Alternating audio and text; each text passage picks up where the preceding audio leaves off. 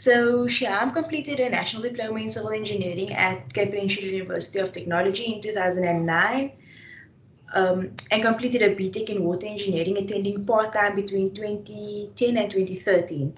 Shehaam began a career in 2010 with PD Naidu and Associates. Since then, she has worked at BVI Consulting Engineers and JG Africa.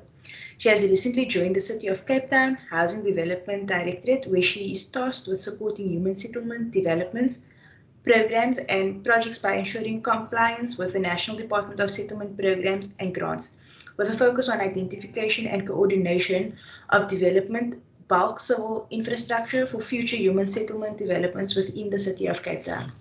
Shehaam, I'm going to hand over to you. Thanks again for the opportunity, Renee. I think I've got a few animations on certain slides. I'll just ask you to please click 2 or 3 times to get all the information onto the screen, please. If we can start, please.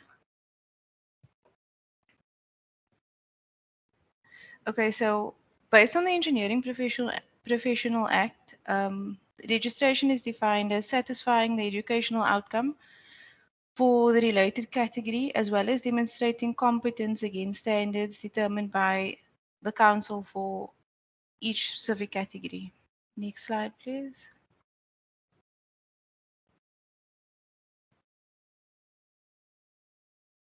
Okay, can we just add the extra information? Just one click, thank you. So the registration process is twofold. It encompasses the experience appraisal, which is your desktop write-up of all your experience, and then the professional review, which is your interview where you need to prove that you have actually written your reports and you basically have to explain everything that you've done. The extended experience review is to further justify your reports if anything further information is required or any further justification is required. It's a bit more intense than the desktop study, just to clarify any uncertainties or specific aspects. So the professional registration looks at competencies. It looks at competencies by your experience appraisal and your professional review. It looks at your education requirements and it looks at the minimum experience or working experience that you have. Next slide, please.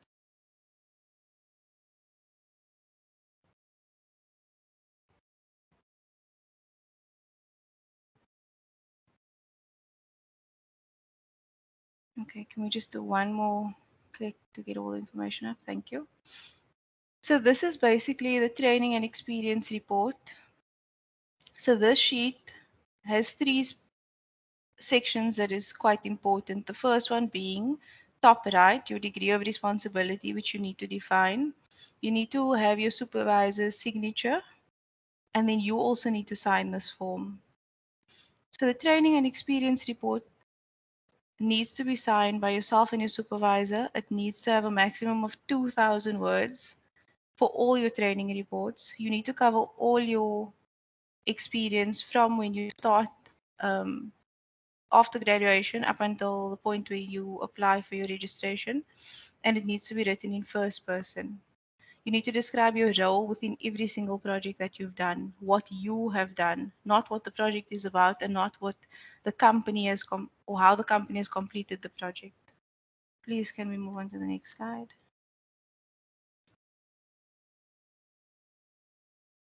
So some tips for the training and experience report. The purpose of the training and experience report is to provide a record of the main periods in your development from graduation up until when you apply for registration. You need to identify periods where you have taken responsibility at the required level. You need to complete a TR for each phase of training and work experience. You need to use a separate form for each experience period. You need to number them in chronological order, and these may not overlap. You need to cover every single period from graduation up until when you apply. You also need to provide full details of work done during each period, indicating your personal role and your level of responsibility. Also include an organogram for each experience period, And try to show 2 levels above and 2 levels below yourself if possible. Indicate your degree of responsibility, indicate the names and qualifications and job titles of all those that worked on the project. Also try to include copies of your calculations, drawings, or anything else pertaining to the work that you have done that can be essential to demonstrate your competence. Next slide, please.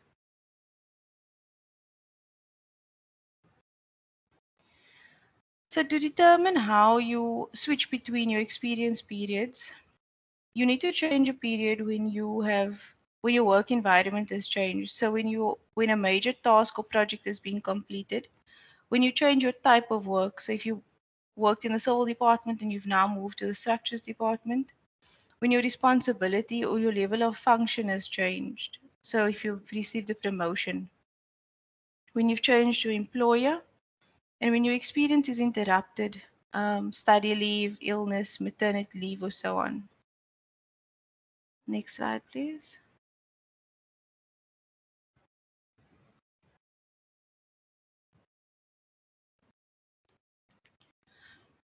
So over and above the TER, you also get a training and experience outline. So this is more for the mature candidates, people with 10 to 15 years experience.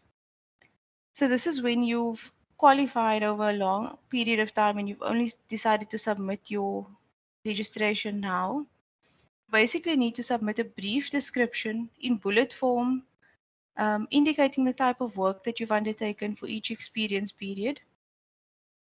This is all for the earlier part of your experience. So everything before the last 5 years. The last 5 years of experience must be completed as per the normal TER with details, and it must be verified and signed by your supervisor. The previous years prior to 5 years can be it can be this if you don't have contact with your supervisor, if your supervisor can't sign it, you can get an affidavit or a declaration to confirm that the work has been done by yourself. You still need to describe the work that you've done, even if it is in bullet form. It must not just be a list of tasks and projects that you have completed. It needs to show what you have done and completed and the roles and responsibilities that you have played on the project. Next slide, please.